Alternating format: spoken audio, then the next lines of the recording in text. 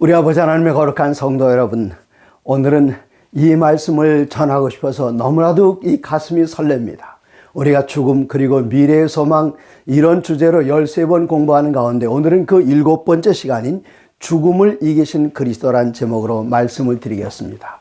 이 말씀을 증거한다고 생각만 해도 막 가슴이 북받쳐 오르고 얼마나 설레는지 모르겠습니다.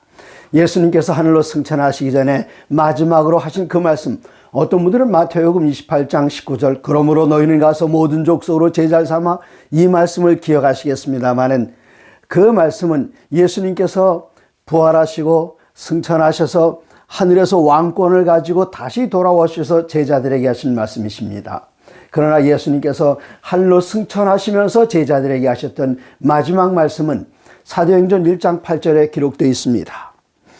오직 성령이 너희에게 임하시면 너희가 권능을 받고 예루살렘과 온 유대와 사마리아와 땅끝까지 이르러 내 증인이 되리라, 그렇게 말씀하셨습니다.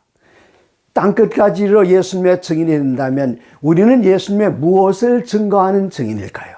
사도행전 전체를 통해서 제자들이 나가서 무엇을 증거했는지 그 단어가 여러 번 반복돼서 나옵니다. 그 단어가 과연 무엇일까요?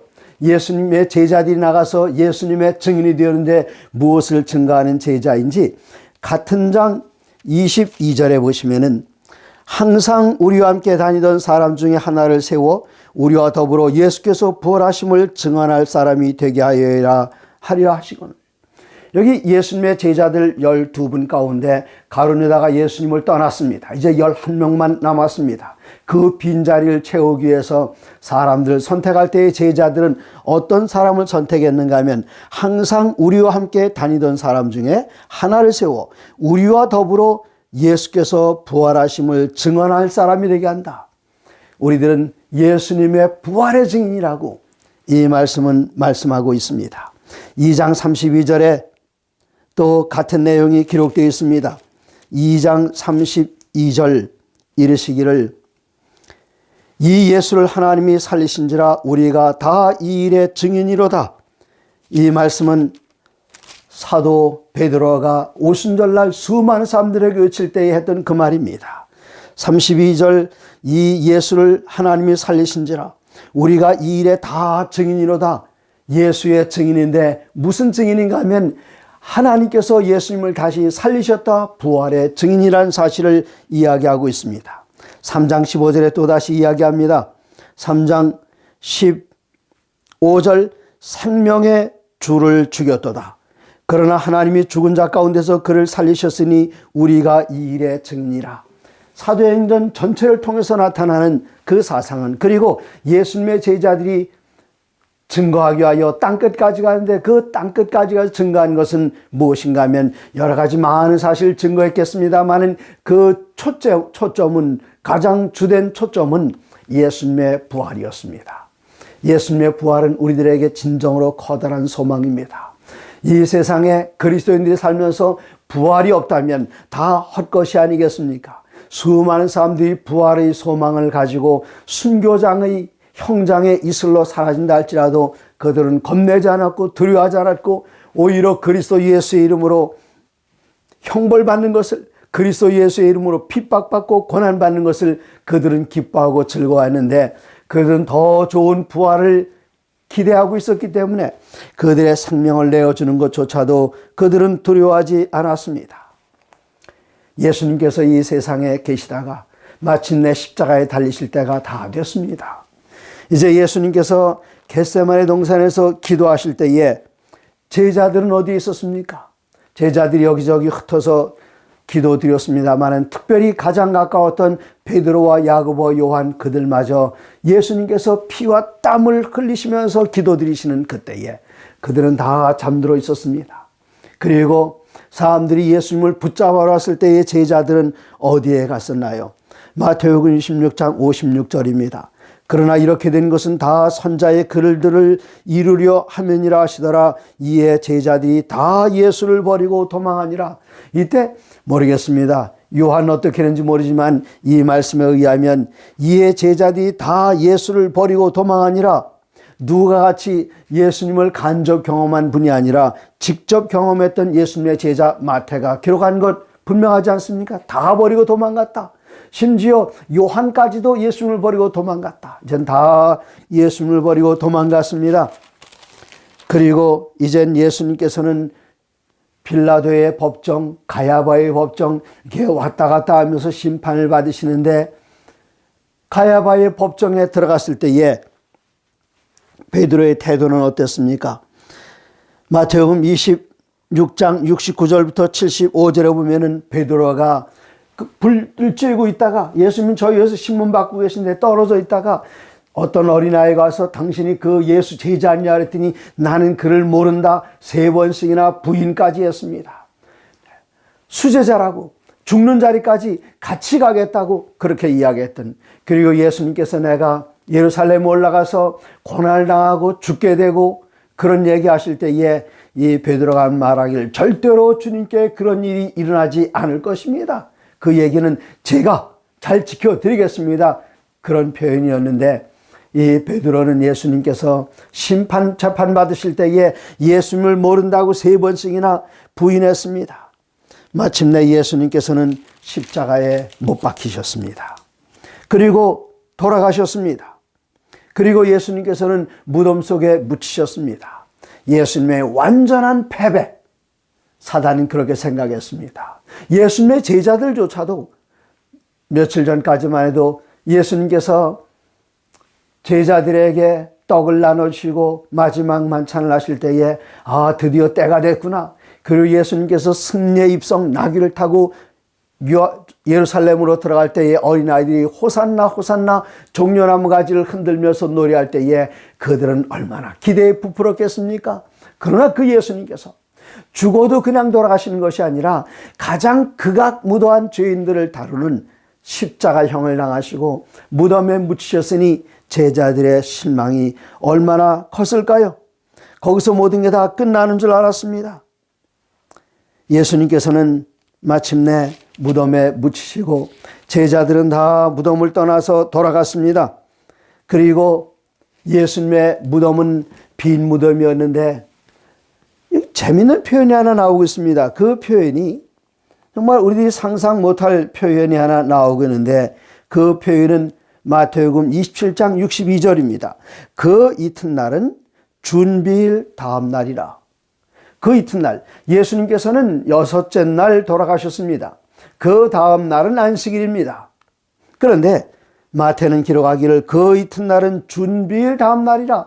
그 돌아가신 날 다음 날은 준비일 다음 날이라면 예비일 다음 날이면 안식일 아닙니까?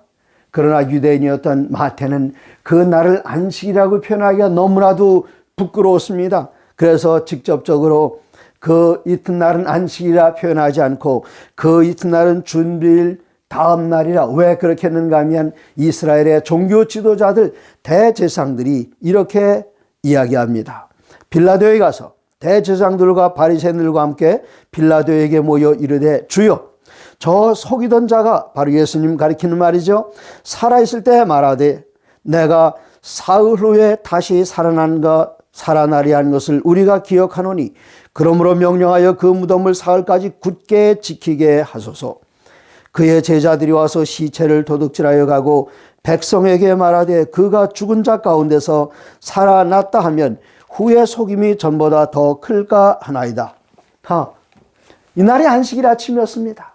안식일은 하던 일도 다 멈추고 하지 않는 일인데, 대제사장들이 빌라도에 가서 요청하기를 지금 예수가 사흘 만에 살아난다고 하는 그런 얘기를 퍼뜨리는데, 그 시체가 없어지게 되면 그의 속임이 전보다 더 심하지 않겠습니까? 그러니 병정들을 시켜서 여기를 굳게 지키게 하십시오. 65절, 빌라도가 가로되 너에게 경비병이 있으니 가서 힘대로 굳게 지키라 하거늘. 66절, 그들이 경비병과 함께 가서 돌을 인봉하고 무덤을 굳게 지키니라. 어느 날이요? 안식일입니다. 그들은 길 가다 풀에도 침을 뱉지 않습니다. 물 주는 거라고 생각해서요. 그렇게 안식일을 철저하게 지킨다고 하는 사람들이 다른 사람에게 일들을 시킵니다. 군병을 보냈어서 여기를 안식일 날 지키게 하고, 전 안식일 날 보초 안선을 하고 군대에 있을 때 굉장히 고생했습니다. 그런데 대제사장들이 로마 군병들을 거기 세우게 했고, 그리고 돌을 굴려다가 이미 막아놨는데 거기다가 이 진흙 같은 걸 붙여가지고 인봉 도장을 꽝 찍어서 아무도 그 인봉한 것을 깨뜨리지 못하게 어느 날이요? 네. 준비일 다음 날, 곧 안식일 날 그렇게 했단 말입니다. 이제 안식일은 지나갔습니다. 일주일의 첫째 날이 돌아왔습니다. 28장 1절. 안식일이 다 지나고 안식 후 첫날이 되려는 새벽에 막달라 마리아와 다른 마리아가 무덤을 보려고 갔더니 무덤에 예수님께서 그곳에 계시기 때문에 무덤을 보려고 갔더니 큰 지진이 나며 주의 천사가 하늘로부터 내려와 돌을 굴려내고 그 위에 앉아 있는데, 무덤을 막고 있는 돌을 굴려내고 그 돌 위에 앉아 있었습니다. 그 형상이 번개 같고 그 옷은 눈같이 시건을 예수님께서 부활하셨을 때의 모습입니다. 예수님 돌아가실 때 아무것도 안 입으셨습니다. 돌아가셨을 때 예수님께서는 수의를 입으셨습니다. 그러나 나중에 베드로와 요한이 예수님 누우셨던 무덤에 들어가 보니 그 무덤 안에 수의가 개켜져 있었습니다. 그 수의를 벗어놓고 예수님께서는 영광의 두루마기를 입고 나오셨기 때문에 여기 그 표현하기를 그 형상이 번개 같고 그 옷은 눈같이 빛나거늘 흰 옷이었습니다. 영광의 옷이었습니다. 우리들은 이야기를 같은 마태복음 17장 예수님의 변화산 경험에서 예수님의 옷 모양에 대해서 그렇게 표현되어 있었습니다. 4절, 마태복음 18장 4절에 말씀하시기를 지키던 자들이 그를 무서워하여 떨며 죽은 사람같이 되었더라. 그러나 천사가 여자들에게 말하여 이르되 너희는 무서워하지 말라. 조금 전에 얼마나 대조가 됩니까? 조금 전에 읽었던 28장 4절에는 지키던 자들이 그를 무서워 떨며 죽은 자같이 되었는데, 로마 군병들은 그렇게 되었는데 천사들은 여자들에게 이야기합니다. 여자들에게 말하여 이르되 너희는 무서워하지 말라. 십자가에 못 박히신 예수를 너희가 찾는 줄을 내가 아노라. 그가 여기 계시지 않고 그가 말씀하신 대로 살아나셨느니라. 여러분, 이거 얼마나 놀라운 소식입니까? 그토록 사모하는 주님, 그분이 무덤 속에 그냥 계시는 것이 아니라 무덤이 빈 무덤이 되고 말았습니다. 어디 가셨습니까? 그가 말씀하신 대로 이 무덤 속에 그냥 계시지 않고 살아나셨느니라. 그들에게 이것은 청천벽력 같은 기쁨의 소식이었습니다. 청천벽력 하면 우리는 부정적인 것에 많이 쓰지요. 그러나 이들의 그 놀라운 소식, 천사들이 전해준 그 소식은 청천벽력처럼 너무나도 우렁차고 힘있는 그런 음성이었습니다. 천사들이 말했던 때가 있었죠. 언제 그랬습니까? 33년 반 전에 예수님께서 베들레헴에 태어나셨을 때에 저 들판에 있던 목자들에게 천사들이 찾아와서 했던 그 기쁨의 좋은 소식, 이제는 33년 반이 지난 다음에 이 기쁨의 좋은 소식을 다시 듣게 되었습니다. 28장 11절부터 보면은 경비병 중에 몇 사람이 성에 들어가서 제사장들에게 알렸습니다. 제사장들이 깜짝 놀랐습니다. 정말 그랬느냐? 정말 그랬습니다. 무덤 문이 열렸느냐? 예, 천사가 내려서 열어줬습니다. 그 안에 예수는 어떻게 됐느냐? 그분이 누웠을 때에 그 수위는 없어졌고 그 모습이 번개처럼 빛나고 그 옷은 정말 흰 옷이었습니다. 예수 맞느냐? 맞다고 그랬어요. 바리새인들이 큰일 났습니다. 돈을 찔러주면서 그냥 못 봤다고 해라. 못 봤다고 해라. 과연 그 말이 맞는 말일까요? 요한계시록 16장 15절에 보시면은 7 재앙의 때에 그 자기 옷을 지켜 벌거벗고 다니지 아니하는 자들은 복이 있다 그랬는데, 이 말씀은 무슨 말인가 하면은 그 당시 로마 군인들이 보초를 서다가 잠들면 집에 갈 때에 벌로다 그 옷을 벗겨서 발가벗은 몸으로 가게 했습니다. 발가벗은 모습으로 가는 그것을 보면은 사람들이 저 사람 밤에 잤구나, 이것은 창피한 일이었습니다. 그런데 이 군인들이 집에 돌아올 때에 제대로 옷을 입고 있었습니다. 주머니는 두둑했습니다. 제사장들에게 받은 돈이었습니다. 입 다물라고 했지만 그 아내가 그것을 캐묻고 캐물을 때에 어떻게 입을 다물 수 있겠습니까? 예수가 살아났다는 이야기를 할 때에 그 여인들이 나와서 가만히 있을 수 있었을까요? 다 또 여보 아무에게도 말하지 마 그랬을지라도 친정어머니에게 요즘 같으면 전화 걸어가지고 다 이 얘기했겠죠. 카톡방에 띄웠겠지요. 여기 사단이 대제사장들을 통해서 정말 큰 실수를 했습니다. 이때 병사들을 세워놓지 않았다면 예수 시체 도둑 맞았다 그러면 끝나는 건데, 거기다가 예수님 부활의 증인이 될 로마 군병들을 그곳에 세워놨습니다. 그들이 바로 예수님의 부활을 첫 번째로 목격한 사람, 막달라 마리암보다 예수님을 더 먼저 본 사람이 여기 바리새인들과 제사장들이 세워놓은 로마의 군병들이었습니다. 이제 27장 50절로 돌아가 보시면은 예수님께 돌아가시는 그때의 장면이 기록되어 있습니다.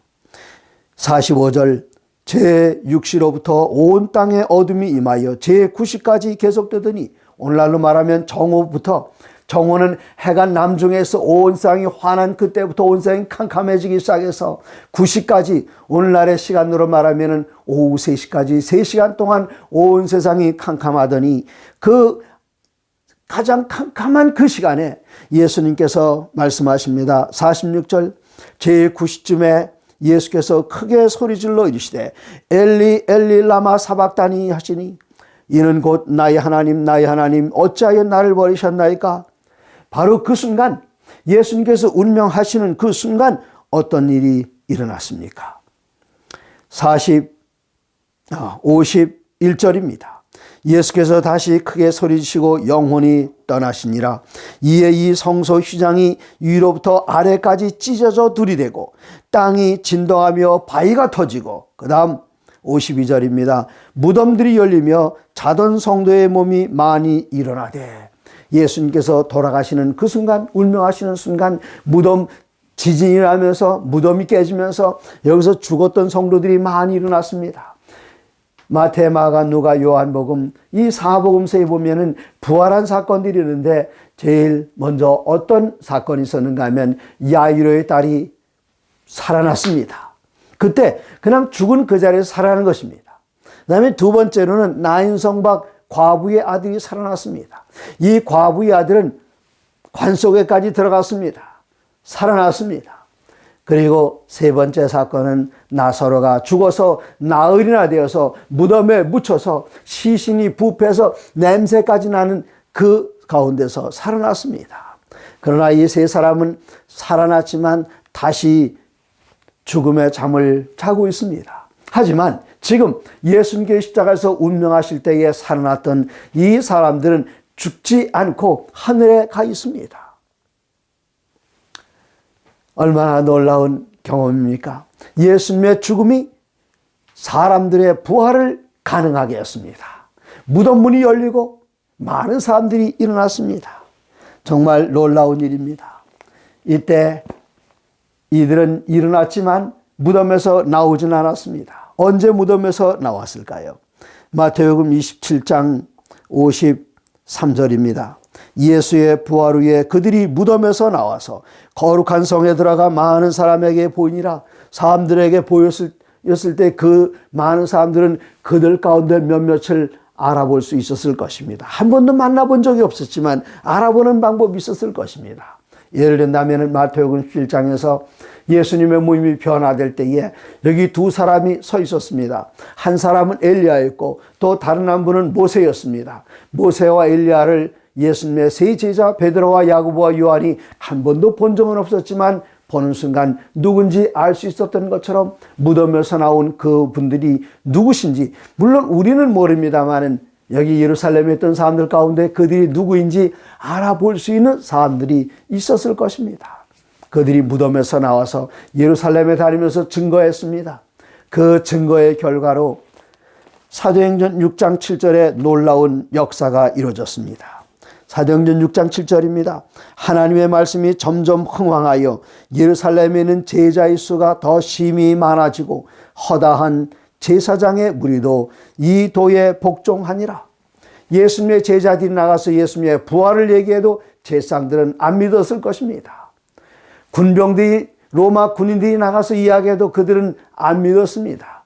그들의 말은 안 믿었을지라도 누구의 말을 믿을 수밖에 없었는가 하면 무덤에서 부활한 그 의인들이 증거하는 그 모습을 보고 그들은 믿지 않을 수 없었습니다. 그래서 여기 사도행전 6장 7절에 증언하고 있는 말씀처럼 하나님의 말씀이 점점 왕성하여 예루살렘에 있는 제자의 수가 더 심히 많아지고 허다한 제사장의 무리도 이 도에 가담하니라. 얼마나 놀라운 말씀입니까? 예수님의 부활의 증인들이 많이 있었습니다. 예수님의 부활의 증인들 가운데 가장 강력한 두 무리의 부활의 증인들은 예수님의 무덤을 지키고 있던 로마 병사들이었고, 더 강력한 증인들은 죽었다가 살아나서 영원히 하늘에서 지금 살고 있는 그들인데, 이분들이 누구일까요?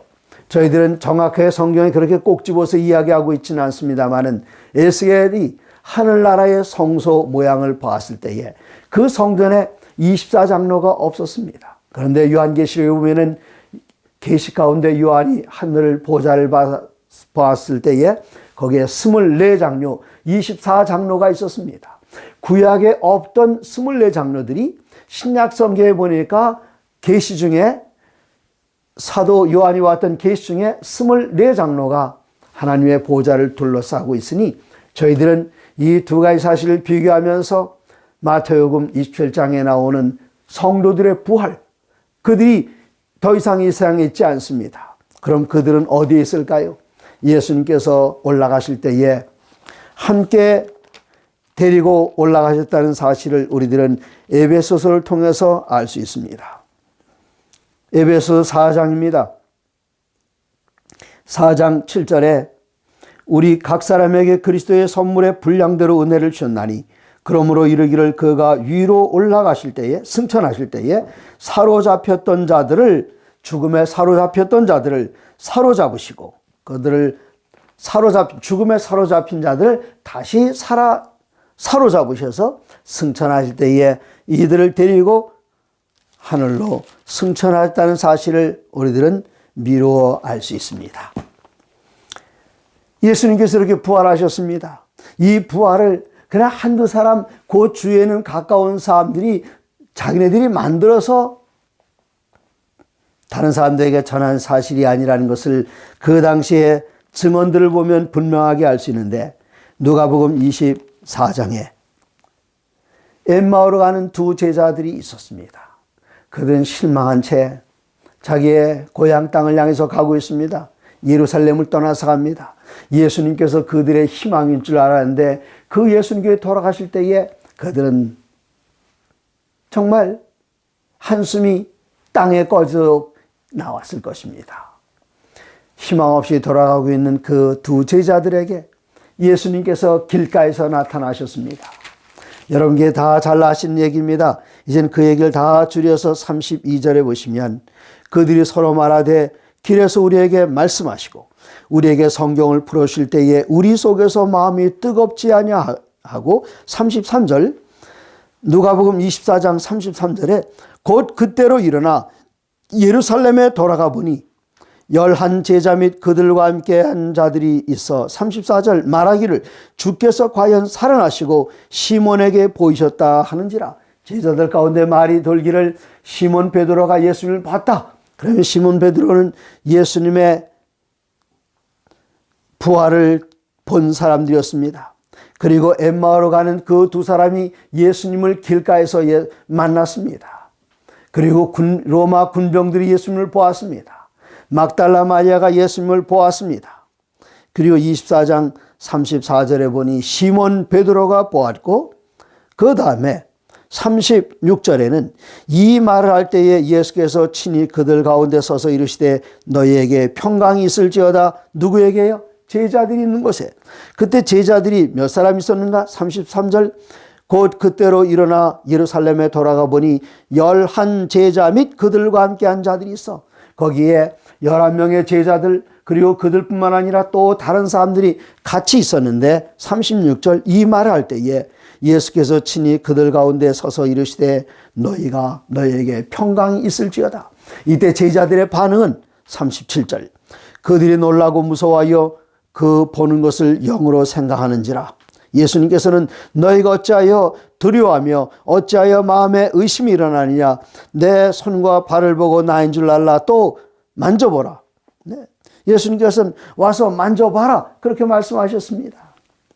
그리고는 42절에 제자들이 음식을 드렸을 때에 예수님께서는 43절 받으사 그 앞에서 잡수시더라. 이건 그냥 사람들이 만들어낸 얘기가 아니란 사실을 알게 됩니다. 이제 고린도전서 15장으로 돌아가 보시면 거기에 또 다른 증거들이 있습니다. 고린도전서 15장 3절입니다. 내가 받은 것은 먼저 너에게 전하였노니 이는 성경대로 그리스도께서 우리 죄를 위하여 죽으시고 4절 장사 지낸 배가 되셨다가 성경대로 사흘 만에 다시 살아나사 누구에게 보이셨을까요? 5절 게바에게 시몬 베드로에게 보이시고 그 후에 12 제자와 그 후 500여 형제들에게 일시에 보이셨나니 그 중에 지금까지 대다수는 살아있고 어떤 사람은 잠들었으며 7절 그 후에 야고보에게 보이셨으며 그 후에 모든 사도와 맨 나중에 만삭되지 못하여 난 자 같은 내게도 보이셨느니라. 사도 바울도 부활하신 예수님을 내가 봤다. 사도 바울이 예수님을 어디서 봤습니까? 그리스도인들을 박해하러 다메섹으로 가던 그 길에서 승천하신 그 예수님의 모습을 그는 직접 배웠습니다. 이렇게 수많은 사람들이 예수님의 부활을 증거하는데 어디 부활의 증인들이 이 기록이 이것뿐이겠습니까? 예수님께 승천하실 때에 사도행전 1장 8절에 보시면은 예수님께서 승천하시면서 제자들에게 말씀하시고 9절에 그들이 예수님이 보시는 제자들이 보는 가운데 예수님께서 구름 타고 승천하는 모습이 사도행전 1장에 기록이 되어 있습니다. 이렇게 분명한 예수님께서는 분명히 살아나셨습니다. 그리고 또 제자들에게 다시 나타나시는데 언제 나타나셨죠? 요한복음 21장에 보면은 예수님께서 부활하신 것을 알고도 그에게는 희망이 없어서 베드로가 말하기를 나는 물고기 잡으러 간다 할 때에 그 장소에 예수님께서 오셨는데 거기에는 7명의 제자들이 있었습니다. 예수님의 부활하신 모습을 목격한 사람들이 많이 있었습니다. 이런 부활이 고린도전서 15장 20절에는 그러나 이제 그리스도께서 죽은 자 가운데서 다시 살아나사 잠자는 자들에게 첫 열매가 되셨도다. 예수님의 부활은 첫 열매라 그렇게 말씀하셨습니다. 첫 열매란 말은 그 다음에 열매들이 따라 나온다 하는 것입니다. 저는 첫 열매를 드린 좋은 경험들이 있습니다. 제가 목회 나와서 전도사 때에 그 받았던 첫 월급, 그리고 은퇴한 다음에 부양료 받은 첫 부양료, 그리고 국민연금을 받을 때 첫 번째 부양료, 그것을 하나님께 드렸어요. 드리고 나니까 어떤 경험이 있는가 하면은 첫 열매가 드려졌을 때에 그 다음에 첫 번째 월급 받은 걸 드렸으니 그 다음에 월급이 계속 여러 해 동안 나오게 되는데 먼저 첫 열매를 드렸던 그 월급의 액수보다 나중에 드린 월급의 액수가 더 커지지 않았겠습니까? 마찬가지로 예수님께서는 우리를 위한 첫 열매가 되신 것. 어떤 첫 열매인가 하면 부활하심으로 말미암아 첫 열매가 되셨으니 앞으로 수많은 사람들이 첫 열매 위에 둘째, 셋째, 넷째 이렇게 셀 수는 없겠죠. 수십만, 수백만 명의 그 많은 열매들이 예수님의 뒤를 따라서 부활하게 될 것입니다. 우리를 위하여 첫 열매가 되신 주님, 이 이야기를 생각할 때마다, 이 이야기를 말씀드릴 때마다 우리의 마음 가운데 기쁨과 행복이 북받쳐 오르면 우리가 사랑하면서 함께 지내던 우리의 사랑하는 저희 어머니, 저희 아버지, 저희 할머니, 저희 형, 저희 누나 지금 무덤 속에서 계십니다.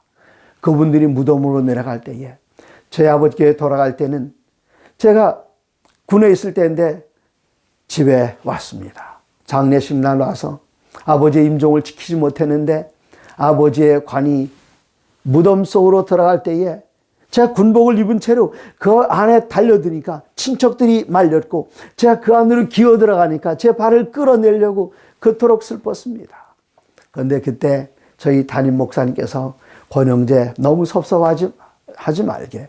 제 아버지는 침례 안 받으셨습니다. 교회 안 다니셨습니다.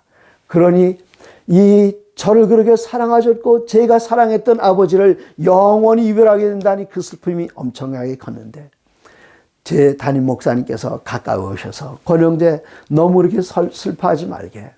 저희 아버지는 6개월 동안 콤마 상태, 의식이 없는 가운데 계셨어요. 돌아가시기 전에 저희 목사님께서 아버지의 병상을 방문하셔서 말씀으로 권면하고 지금이라도 예수님을 개인의 구주로 영접하고 우리의 모든 죄를 다 씻지 않으시겠습니까? 하는 그 순간 의식이 없는 분이었는데 그때 눈물을 흘리시는 그 모습을 보셨다고 목사님께서 말씀해 주셨습니다. 그 순간 저는 무덤 속으로 기어들어가지 않고 똑바로 섰습니다.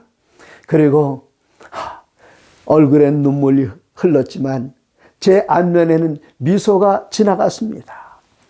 저 십자가상에서 마지막으로 예수님을 영접했던 그 강도에게 주님께서는 하늘나라를 약속해 주셨던 것처럼 제 아버지에게 약속해 줬다는 사실을 저는 확실하게 믿기 때문에 부활의 소망, 누가 부활할까요?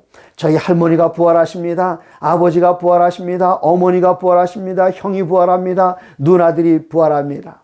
바로 그 소망이 예수님께서 첫 번째 열매가 되셨기 때문에 그 뒤를 따르는 모든 사람들은 첫 열매의 뒤를 따라서 하나님 안에서 귀한 부활의 열매로 일어나게 될 것입니다. 그러므로 그리스도인들은 죽음이 우리에게 가까이 온다 할지라도 부활의 약속이 있기 때문에 예수님의 재림의 그날을 기다리면서 우리들은 믿음을 위하여 죽음이 우리 앞에 다가왔을 때에 곤란이, 환란이, 핍박이 다가왔을 때에 그것을 애써 피하려 하지 않고 주님의 고난에 참여하는 것을 인하여 감사하고 기뻐하며 하나님께 영광 돌립니다. 여러분, 우리들은 이 놀라운 믿음을 가진 사람들입니다. 우리들은 이 놀라운 부활의 확신을 가진 사람들입니다. 예수님께서 제자들에게 오직 성령이 너희에게 임하시면 너희가 권능을 받고 예루살렘과 온 유다와 사마리아와 땅끝까지 이르러 내 증인이 되리라 할 때에 사도행전의 모든 제자들이 힘써서 증언했던 것은 예수님의 부활이었습니다. 예수님은 부활의 첫 열매입니다. 우리들은 그 뒤를 이은 하나님의 부활의 열매들입니다. 이런 놀라운 기쁨을, 이 아름다운 소식을, 그리고 이 놀라운 은혜를 믿는 믿음으로 하나님의 모든 말씀으로 사시는 성도님들 되시기를 간절히 바랍니다. 감사합니다.